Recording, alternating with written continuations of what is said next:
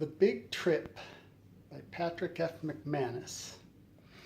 When I was very young and the strange wild passion for mountains was first upon me, I wrote, produced, and directed for myself a magnificent, colossal, 3D, Technicolor, widescreen, stereophonic fantasy, the fantasy of the Big Trip.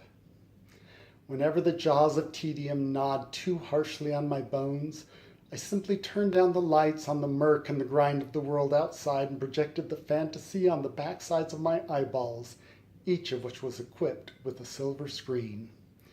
The fantasy was primarily an adventure story set in the vast wilderness of the Selkirk Mountains.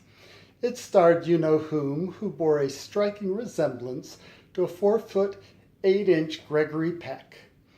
The basic plot was that the hero, a pack on his back, hiked far back into the beautiful mountains, endured great hardships, overcame terrible obstacles, and occasionally even rescued from perilous distress a beautiful red-haired lady. It was strictly a G-rated fantasy, but I enjoyed it. In fact, with time, the Big Trip began to gain a strange sort of dominance over my life. Several times the fantasy prevented me from perishing from a loathsome childhood affliction, school. Once in 7th grade English class, I stumbled into a nest of dangling participles. Had I not been able to get my fantasy going in time, those slimy, leech-like creatures would have drained me dry as a puffball in 5 minutes. On occasion, Mr. Rumsdale, our 7th grade English teacher, would unexpectedly break through the thick and buttressed walls of our indifference and start throwing parts of speech in all directions. Several of my friends were knocked silly by flying objects of the preposition, but long before there was any threat to my own cherished ignorance, the old fantasy would carry me to safety. I would be roasting a fresh-caught trout on the rocky shores of some high and distant stream, or maybe just riding along the sweet weight of a good pack, and it would be morning in the mountains with the sun rising through the trees. Mr. Rumsdale once lowered the battering ram he used for a voice and told me that I had better stop this constant dreaming. Otherwise, he predicted, both he and I would probably die as old men in 7th grade English. Even I knew by then that the Big Trip, for all its utility as an antidote to boredom, could not endure forever simply as a fantasy. One day, I would have to turn it into the real thing. I would have to take the Big Trip back into the mountains, face great hardship, and overcome terrible obstacles. To that end, I began serving an apprenticeship in the out-of-doors. I practiced sleeping out alone in the backyard, my ears ever alert to the approaching footpad of some hairy terror, until at last I conquered my overpowering fear of the dark and the ghastly things that flourished there. I learned to build fires using nothing more than a few sticks, a couple of newspapers, and a box and a half of kitchen matches. I studied the art of camp cookery, and soon could serve up a hearty meal of flaming bacon, charred potatoes, 3-pound pancakes, and butterscotch pudding with nat topping. After a long time, I even taught myself to eat these things. Through practical experience, I learned that it is best not to dry wet boots over a fire with your feet still in them. I learned that some sleeping bags are stuffed with the same filler used in dynamite fuse, and that it is best not to let sparks land on them, particularly when it is occupied by your body. Thus did the Big Trip shape my life and give meaning even to its failures and disasters. As I grew older, I went off with friends on numerous lengthy trips into the mountains, thinking each time that perhaps at last I was making the Big Trip. But I never was. There were pleasant, amiable excursions, occasionally distinguished by a crisis or two, but I always disappointed by the realization that they fell far short of the Big Trip of my aging fantasy. So one day in the summer that I turned 17, I decided I would at last once and for all plan and execute, or be executed by, the Big Trip. When I announced and elaborated on my plans for the benefit of my father, mother, and stepfather, there was great wailing and gnashing of teeth, already well gnashed from my previous and much lesser excursions into the wilderness. From then until the day I left, my mother could scarcely take time out from climbing the walls to make the beds and cook our meals. The plans were indeed formidable, and in my unsure moments they even caused me to wail and gnash a little. The terrain I planned to cross looked on a topographical map like the scribblings of a mildly demented chimpanzee, and spanned a distance of some 30 miles as the crow flies. If the crow walked, as they say, it was more like 50. The area was unmarred by roads or trails. It contained plenty of tracks, though, some of which belonged to grizzlies. And as everyone knows, a grizzly, if he happens along at the right moment, can transform a quiet walk to a privy into a memorable experience. Preparation for the big trip were remarkably simple, since by this time I knew that nothing destroys a big trip quicker than a surplus of comforts or a dearth of hardships, and a big trip is defined by its hardships. Those hardships, of course, could not be left to mere chance. A number of them had to be prepared in advance and taken along in the pack, so to speak, to be trotted out any time the going got easy.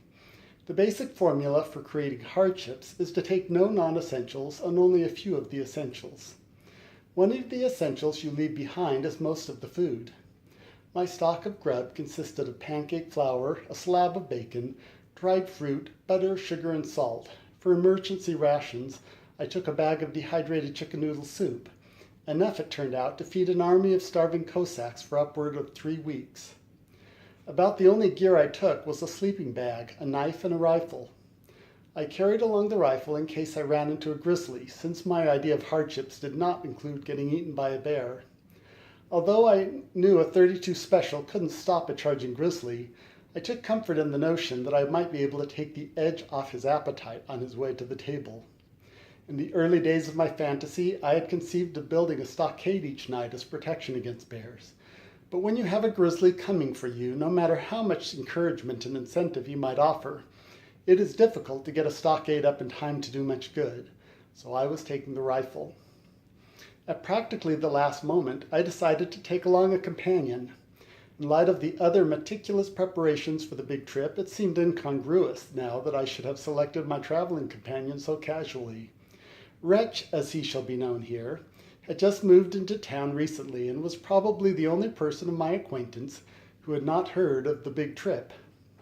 This gap in his knowledge may be the reason he was the only person I could find who was ready and willing to accompany me on the expedition. Perhaps in my last-minute desperation for companionship, I skipped a few details and did not impress upon him the full magnitude of the trip. "How would you like to go on a camping trip?" I asked him. "Spend a few days hiking around in the mountains, catch some fish, cook out." Wretch said he thought he would like that. Somehow he got the impression that we were going on an extended fishing trip and marshmallow roast. Later, under somewhat harsher circumstances, he was to reveal to me that he never in his whole life had he nourished any fantasies about a big trip. I was appalled that a human life could be so sterile, so devoid of splendor. Even by the time my parents were driving us to the jumping-off spot, Wretch still did not fully comprehend the full portent of the big trip. My stepfather's funeral air, my mother's quivering lips, and my own grim silence, however, began to undermine his confidence. "It isn't as though we're going to be gone forever," he would say, attempting to console my mother. She would reply with a low, quavering moan. By the time we disembarked from the car, Wretch was convinced that we were going to be gone forever. As things turned out, he was nearly right. For 2 pleasant days, the big trip did seem as if it were going to be nothing more than an ordinary camping trip, and therefore not a big trip at all. The sky was an impeccable blue, the firewood dry and fragrant, the trout in the lakes fat and hungry, the huckleberries sweet. I could scarcely conceal my disappointment at the good time we were having. On the 3rd morning, I was awakened by a howl of anguish from Wretch. "The deer got into our packs and ate everything but the bacon and the chicken noodle soup," he yelled. My heart laughed up. This finally was a real hardship. "Don't worry," I said. "We can always live off the country." Then I looked around. The country didn't seem to be very edible. Perhaps the trip would be harder than I expected. Later that same day, we came across what we thought were fresh grizzly tracks. Concluding that where there are fresh grizzly tracks, there are likely to be fresh grizzlies, we quickened our pace. Near the top of the next mountain, we slowed to a dog trot, which we maintained for the rest of the day. That night, we camped on a barren ridge without water, and ate fried bacon and soup for supper. The soup, which wasn't much good with water, was even worse without it. The fact that the deer had not touched the chicken noodle soup proved to me once and for all that deer are animals of good sense and discriminating taste. After dinner, we sat around the fire, picking the bacon out of our teeth with noodles. "I've got an idea," Wretch said. "What?" I said. "Let's quit," he said. Our quitting then would have been like a skydiver's quitting halfway to the ground. "Don't worry," I said. "It will be a lot easier from now on." Storm clouds were rising in the west, and we crawled into our sleeping bags. Soon the heavy black thunderheads were over us. Lightning licked the peak of our mountain a few times and then started walking down the ridge toward us. When it struck close enough to bounce us off the ground, I predicted breathlessly, "It's going to pass over the top of us. Next time it strikes, it will be down below." By the time I was this far along in my prophecy, it was evident that I didn't have much future as a prophet. It didn't seem as if I even had much future. When you see lightning hit from a distance, it appears that the bolt zaps into the ground and that's it. But when you are occupying the ground the bolt zaps into, it's not that way at all. First, a terrible bomb goes off, and you're inside the bomb. And then streams of fire are going every which way, and you're going every which way, and the brush lights up like neon signs in Chinatown, and there are pools of fire on the ground and high voltage things in the air. Then it's dark again, black, sticky dark, and the rain hits like a truck full of ice. The first thing I noticed upon regaining consciousness, that I was running down the side of the mountain. I was wearing only my shorts. I do not know if I was fully dressed or not when the lightning hit. Something was bounding like a deer through the brush ahead of me, and I hoped it was a deer and not a grizzly, because I was gaining on it. Then I saw it was just a pair of white shorts, or reasonably white shorts, also running down the mountain. I yelled at the white shorts that I thought there was a cliff up ahead. The white shorts gave a loud yelp and vanished. I found Wretch sorting and counting his bones at the bottom end of the 10-foot drop. He said he might have been hurt worse, but some rocks cushioned his fall. "You didn't happen to bring an aspirin, did you?" he said. "No," I said. "I didn't think so," he said. Well, we were draining out our sleeping bags. It was raining, remember? I made one last attempt at prophecy. "Well, Wretch," I said, "think of it this way. Things just can't get any worse than they are right now." In the days that followed, we were to look back on that moment as a time of great fortune and decadent high living. The driving, ice-cold rain continued through the night. The next morning we crawled out of our sleeping bags, stirred around in the mud until we found our clothes, put them on, and with an absolute minimum of jovial banter, spent an unsuccessful hour trying to start a fire. For breakfast, we stirred up some chicken noodle soup in muddy water. The muddy water improved the flavor and texture of the soup considerably, and by drinking it through our teeth, we could strain out the larger pebbles and even some of the noodles. On all sides of us, as far as the bloodshot eye could see, was a vast raging storm of mountains. Our soggy map told us we were 10 miles from the end of the nearest trail, more than 20 miles from the nearest road. Wretch and I stared at each other over the pile of steaming sticks that represented our aborted effort at fire building, and I could see a reflection of my own misery and despair swirling in his eyes. What do we do now, I thought. Then I remembered a surefire remedy for predicaments of this sort. It was recommended to me by a fierce old man who knew the mountains well and knew what they can do to a person. When everything else has failed, there is only one thing to do, he said. You tough it out. So that is what we did. We toughed it out. We went down mountains, up mountains, around mountains, lunged over windfalls, through swamps, across rain-swollen streams, and we ate handfuls of chicken noodle mush and then surged on across more mountains, streams, and windfalls. Had we run across a grizzly, we would have eaten him raw on the spot and strung his claws for necklaces. There was nothing now, perhaps not even a beautiful red-haired lady in perilous distress, that could have interrupted our relentless march. And then one day, or was it night, we walked out of the mountains. There were cars going on by the highway, people zipping comfortably along through their lives at a mile a minute, looking at us in mild amusement and wondering what muddy, bloody fools were these. We had triumphed over the mountains and over ourselves and over the big trip, but nobody knew or cared what we had done.